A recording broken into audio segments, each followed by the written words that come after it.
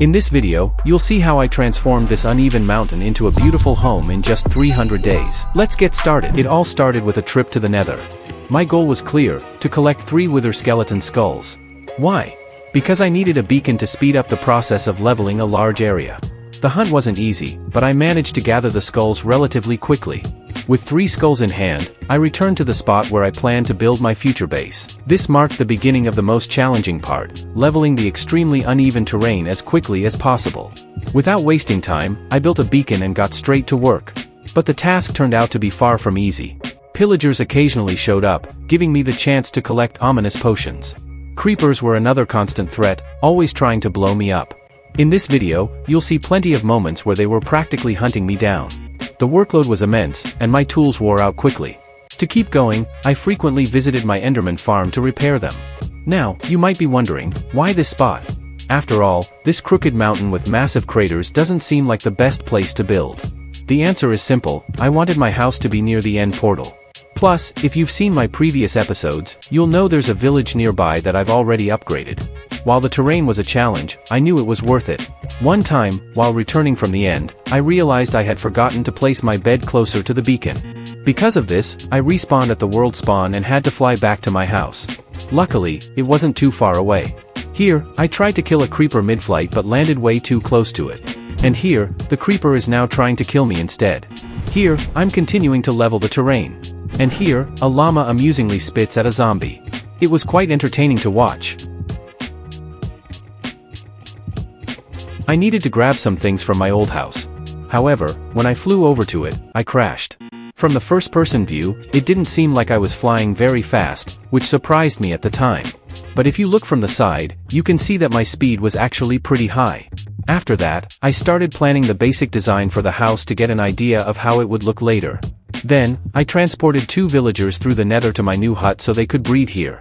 I didn't want to bring all the villagers from my village because it would be left empty, and most of them wouldn't be useful here anyway. Eventually, I started building a large automatic furnace based on my own method. I was short on gold for the powered rails, so I headed into the cave directly beneath my unfinished house.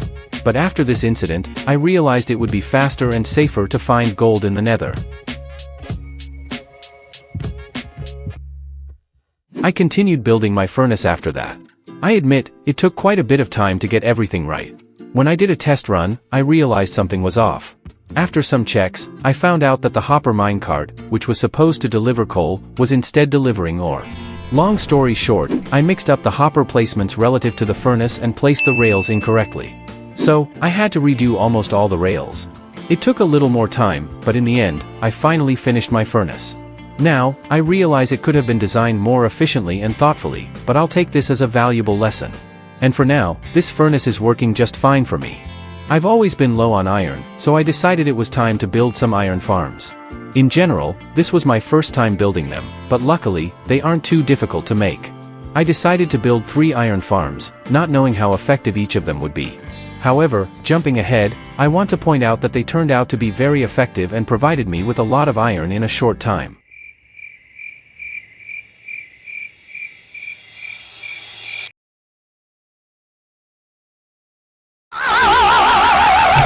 Looks like I still haven't learned the lesson about enchanting with thorns. Next, I started building the walls leading to the end portal.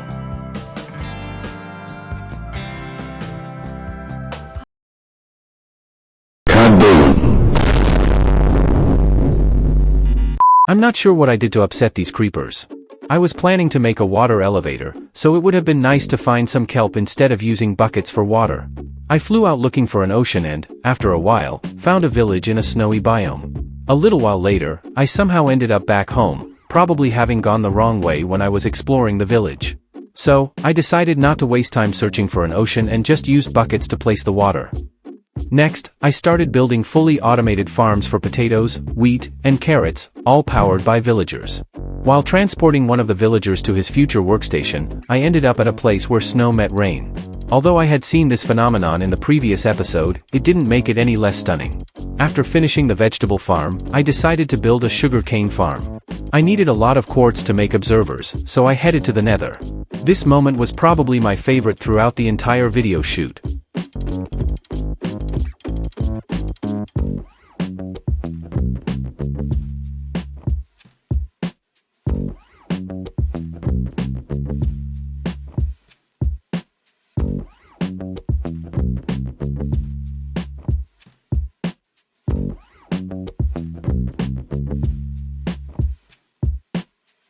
Once I had enough quartz, I started working on the farm. Later, I decided to place some sugarcane to check if everything was working. But guess what? It wouldn't place. Fortunately, the issue was that I forgot the outer block needed to be a side wall. I needed a lot of glass to finish the farm, so I went off to gather sand. Ideally, I was planning to find a desert, but I came across a small beach near my house with plenty of sand. I swear, this isn't scripted. I accidentally found a treasure chest. I even got curious about the odds of such a situation happening, so I asked GPT.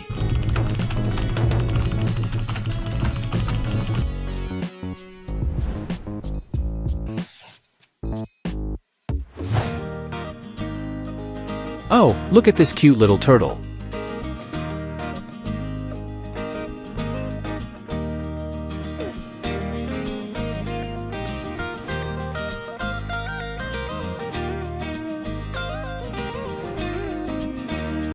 Bruh, what the dog doing? I noticed that some of my farmers started planting the wrong crops. For example, one farmer started planting carrots instead of wheat. I'm not sure why that happened. Maybe his inventory wasn't completely full, and he picked up carrots from a neighboring plantation. But between the farms, there was a fence 2 blocks wide, so I'm not sure if that's possible. Either way, they still work for me, so I won't be too picky with them. Then it was time to sort my items. There were so many that I spent about an hour in real time doing it. Finally, it was time to build my house. Everything I needed was on the first floor, so on the second, I decided to house villagers and turn them into clerics. After that, I built a mill to store my future crops. I won't go into details about the house and mill, as the full build will be in the next videos. While building the mill, I found a wandering trader inside. Another time, I encountered a creeper there. I built a large extra farm, mostly as decoration, though I occasionally planned to use it for trading with the farmers. I still had a lot of space on the plot, so I built a stable for chickens, cows, and sheep. I also built an automatic wool farm nearby, and in another part of the plot, I set up a cactus farm. Additionally, I created a large lake based on a quarry and a cave. Then, I focused on decorating the plot, planting flowers and replacing torches with lanterns. I wanted to place 4 beacons at each corner of my large plot to move more efficiently. For this, I needed a lot of wither skeleton heads. I specifically flew to another fortress, which is mostly located in an open area, not inside blocks. Although more wither skeletons spawned there, it still took a very long time to collect the heads.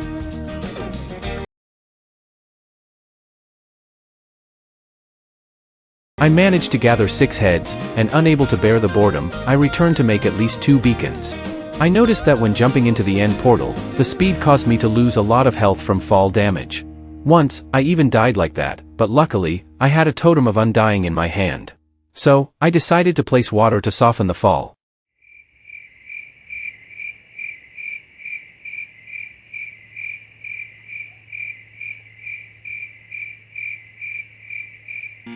To avoid flying too far in search of a nether fortress, I decided to improve my own.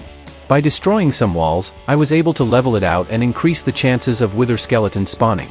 But you wouldn't believe how much time it took me to get 6 more skulls. You'd better not know. After placing all 4 beacons, I decided to start a raid to see if pillagers would spawn on my territory. At first, everything was going pretty well. Well, by pretty well, I mean they spawned outside the territory. But by the 4th wave, they appeared inside, and even broke some of my trees. While I was building the farm, 2 cats ran into the boat on their own, so I decided to tame them. That was a bad idea. I caught some fish and tamed one cat, but couldn't tame the other. You probably know why. I forgot my sword was enchanted with fire aspect, so I accidentally collected the cooked fish. So, I went fishing again. But when I collected the fish again, seems like life just doesn't want to let me be lucky with cats. Although, to be honest, I think the cats are the ones who aren't lucky with me. After taming one cat, I went to the end to collect a few more shulkers. After doing that, I returned home and finished building my storage. And with that, another chapter of this Minecraft journey ends. From building massive farms to taming cats, every step brought its own challenges and rewards.